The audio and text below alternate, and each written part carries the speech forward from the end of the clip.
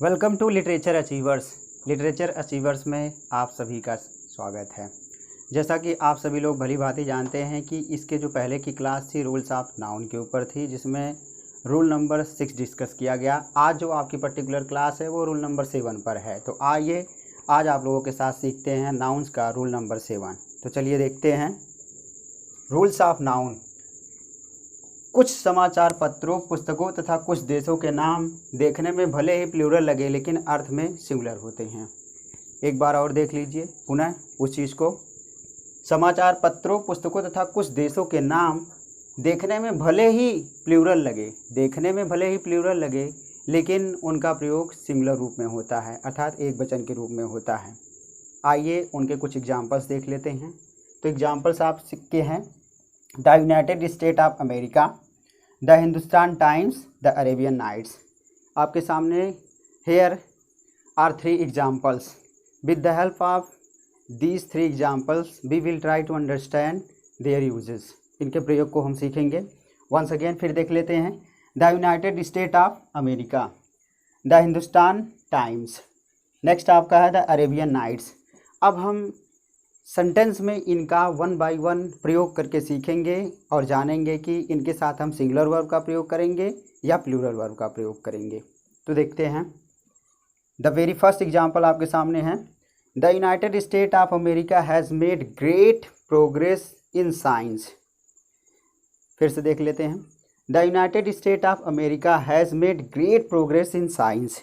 यहाँ पर आप देखेंगे the United State of America, the United states of America, यहाँ पर है the United states of America.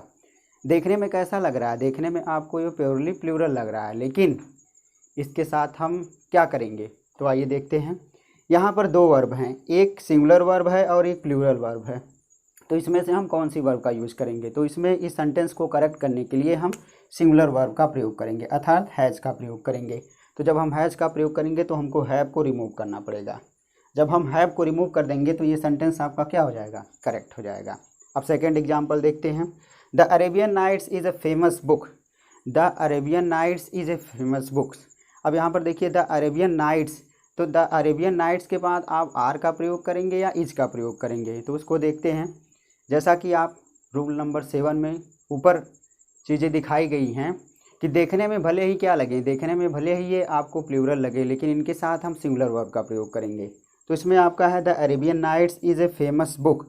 Is लगाएं कि आर लगाएं? तो जब सिंगुलर बनाना है तो कौन सी वर्ब करेंगे प्रयोग? सिंगुलर वर्ब प्रयोग करेंगे। तो आप इसको हटा करके उसके बाद इस सेंटेंस को क्या करेंगे? करेक्ट कर देंगे। इन द सेम वे, उसी प्रकार the Hindustan Times is are leading news paper, the Hindustan Times is leading newspaper. यहाँ पर आप देखेंगे कि द हिंदुस्तान टाइम्स है, तुरंत आपके दिमाग में बात चल जाएगी कि द हिंदुस्तान टाइम्स है, तो इसके साथ तो हम किसका प्रयोग कर सकते हैं? आर का प्रयोग करेंगे। लेकिन ध्यान दीजिएगा बहुत ध्यानपूर्वक, ये ऐसे वर्ड्स हैं, बार बार I am repeating it again and again to make you understand. मैं बार बार आपको दोहरा रहा हूँ, आपके सामने दोहरा रहा हूँ कि इस पर आप लोग ज़रूर ध्यान दीजिएगा कि भले ही ये द हिंदुस्तान टाइम्स है लेकिन इसके साथ हम प्लूरल वर्ब ना यूज करके सिंगुलर वर्ब का प्रयोग करेंगे। तो देखते हैं।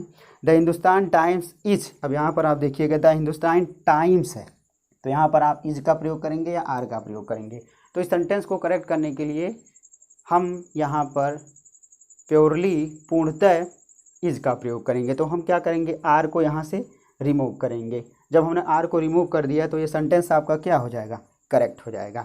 तो इस तरीके से आप लोगों ने सीखा कि कुछ नाउन्स देखने में भले ही प्लूरल्स होते हैं, अर्थात जो ऊपर है आपका समाचार पत्रों, पुस्तकों तथा कुछ देशों के नाम देखने में भले ही प्लूरल होते हैं लेकिन उनका प्रयोग हमेशा हम सिंगुलर रूप में करते हैं। तो इसको आप लोग कई बार सेंटेंसेस में यूज करिएगा and after using so many times in sentences then try to understand the minute understanding of all these sentences and after using so many times you will get understand the correct, exact or proper use of such type of words.